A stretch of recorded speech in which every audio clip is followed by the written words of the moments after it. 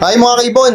Welcome back po sa channel natin, Ibon at Iba Pa. Sa mga hindi pa po pala nakasubscribe dyan, subscribe na po kayo at hit nyo na rin po yung notification bell para updated po kayo sa mga videos natin na ina-upload every week po. Sa araw na to mga kaibon, may simpleng pag-uusapan lang tayo. At yung pag-uusapan natin mga kaibon is malaking tulong to sa ating mga mag-iibon. Ito ang simpleng o discarding malupit para kumita sa pag-iibon. Diba, napakaganda kasi lahat tayo, alam ko mga kaibon, may kanya-kanyang diskarte para kumita sa pag-iibon.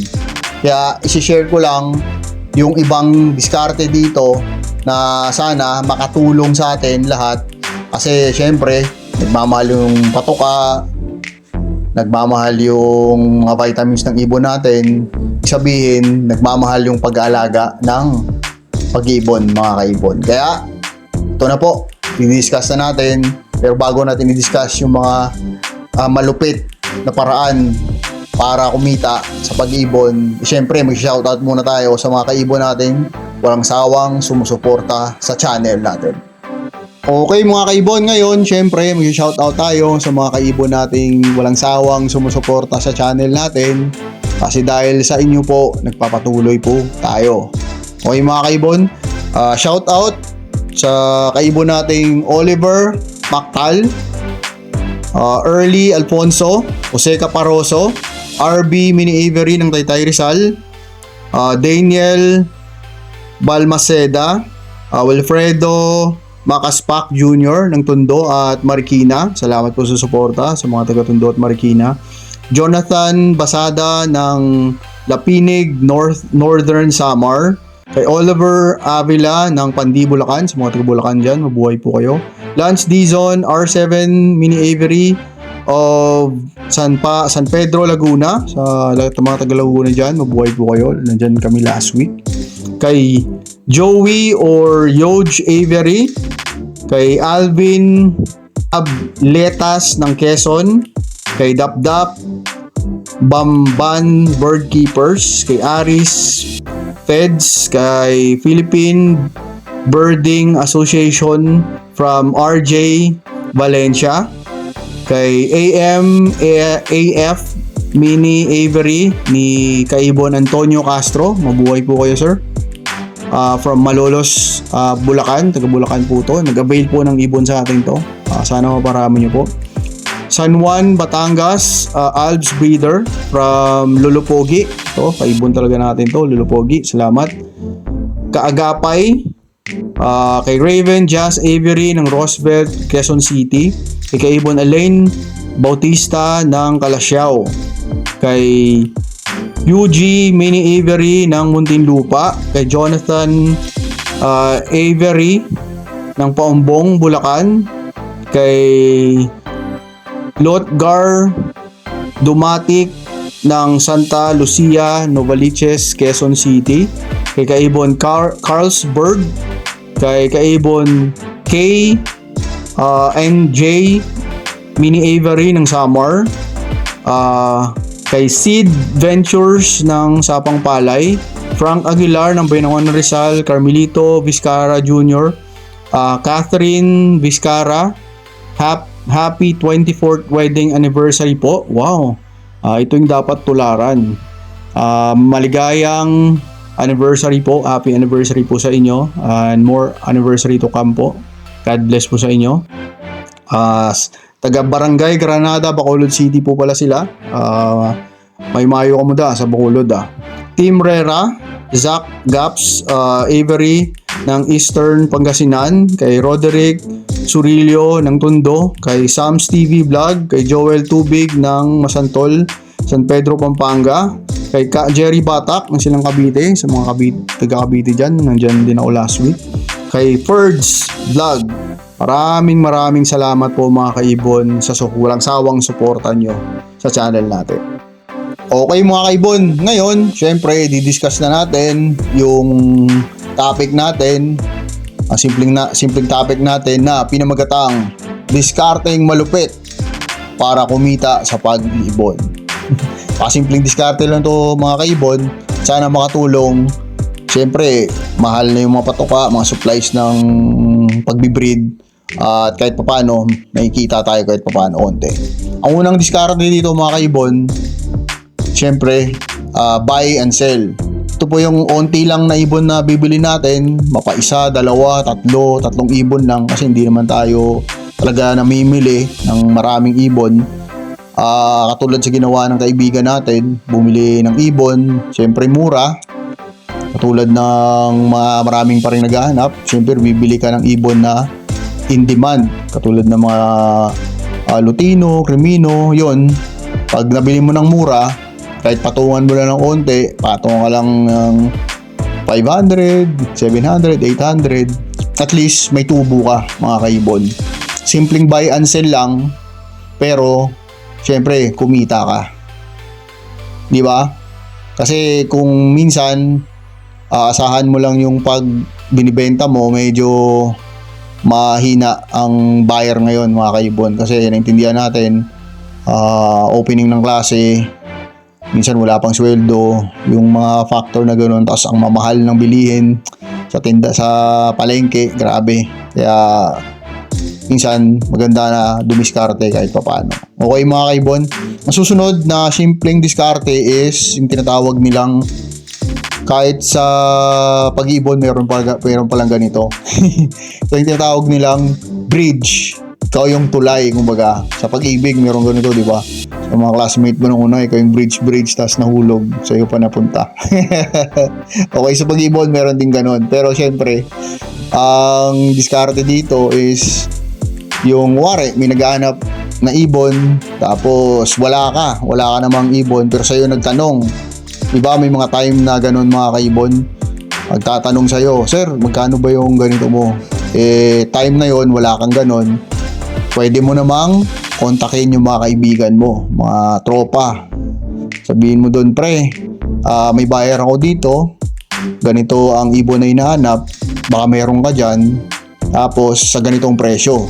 Siyempre, tatawaran mo kasi kaibigan mo naman, pre, ganito yung presyo ng buyer, baka pwede kong patawaran sa'yo ng ganitong halaga para pag pinasa ko doon, may tubo din naman ako.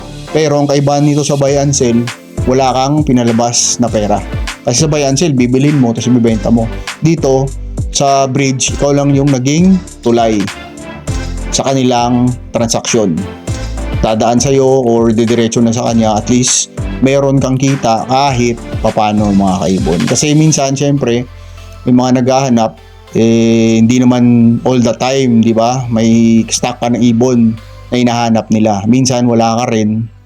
At yun, pwede kang mag-bridge sa mga kaibigan mo para makabenta at kahit papano, may onting kita ka mga kaibon. Okay? Ang susunod naman, syempre ito, magiging ahente. Bakit kakaiba to sa buy and sell tsaka bridge ang pagiging ahente? Ang pagiging ahente po kasi ito na po yung large scale. Ibig sabihin, maramihan na po to. Ito na po yung may kapitalista po kayo, may big boss po kayo. Tapos yung big boss nyo, nagpapahanap ng ganitong karaming ibon. Kung are, 20 slots ng or 20 heads ng Lutino Opaline, 20 heads ng Crimino, 20 heads ng ganitong mutation, kayo po maghahanap nun. At hindi rin biro bilang maging ahente. Kasi pag namatayan ka ng ibon, babawas din sa kita mo to mga kaibon. Pero tutubo ka pa rin dito, malaki pa rin yung kita nito mga ahente. Kasi nga, babagsak nila sa boss nila, may patong na rin. Kukunin nila sa bibilhan nila mura. Di ba mga kaibon? Ganun yun yung pagiging ahente. Kasi katulad ng mga local buying mga kaibon. Di ba? Yung mga ahente din dyan.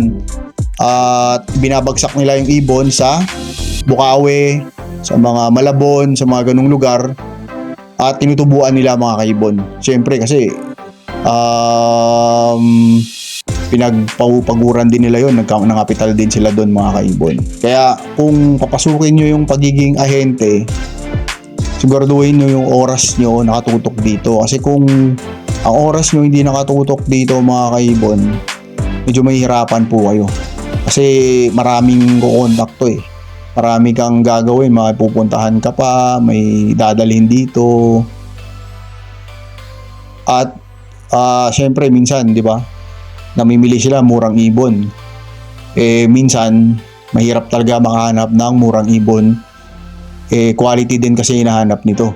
May qualification, di ba mga kaibon, yung paa ng ibon dapat kumpleto kuko, ganito yung edad, ganito yung flight feathers, ganito yung tuka. Kaya pagiging ahente, napakahirap din. Pag hindi mo talaga gusto ang ginagawa mo, mahihirapan ka at hindi mo talaga mahal yung pag-iibon. Pero kung gusto mong kumita, pwede mong pasukin to. Pero kailangan mong makahanap ng big boss o kapitalista para makapagpalabas ka o para makapagbili ka ng ibon kahit saan. Kasi naghahanap to ng ibon minsan hindi lang sa Manila, di ba? Sa mga Laguna pa, Batangas pa nakakuha, Pampanga, Bulacan.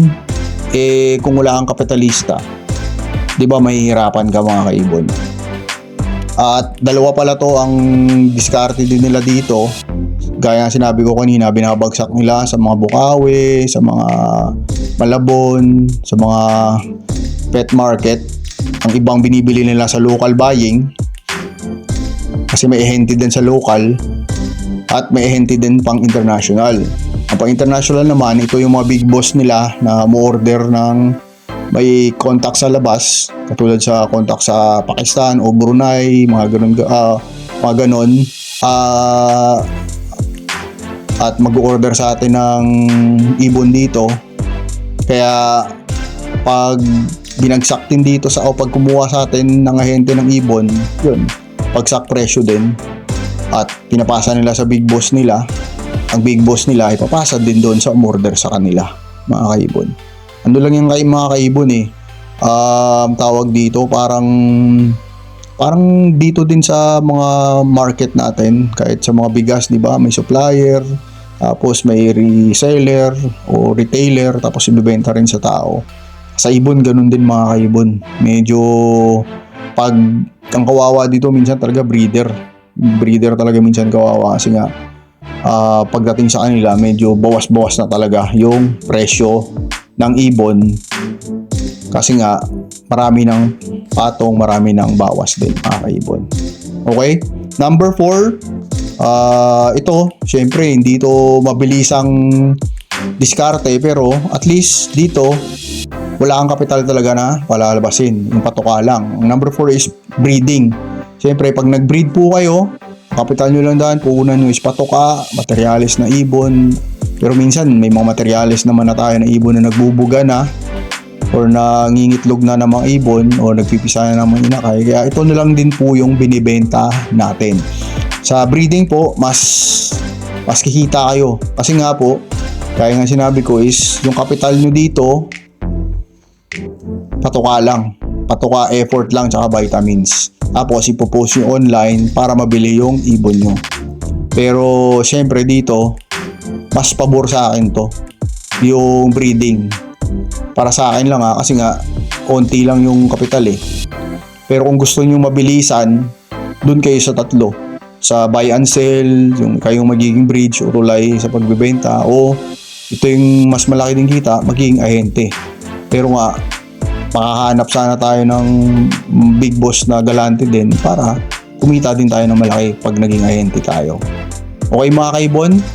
Ulitin ko po yung discarding malupit para kumita sa pag-ibon. Unang-una po, buy and sell. Pangalawa po, bridge. Ikaw po yung tulay para sa transaction. Number 3 po, ikaw yung magiging ahente. Large scale na to. Malaking buying na to ng ibon. Maramihan na to. At pang-apat, yung patuka lang, saka vitamins, saka pagod yung kapital. Yun po, yung breeding mga kaibon. Okay? Sana po nagustuhan nyo naman po yung simpleng topic natin ngayon mga kaibon. At kung may mga idea pa kayo mga kaibon, paki-comment na lang po sa comment section at sasagutin natin at titingnan natin yan mga kaibon. Okay mga kaibon? God bless po sa inyong lahat. God bless po sa mga minamahal nyo sa buhay. God bless po sa lahat ng mga ibon at iba pa po. See you next time mga kaibon. Bye.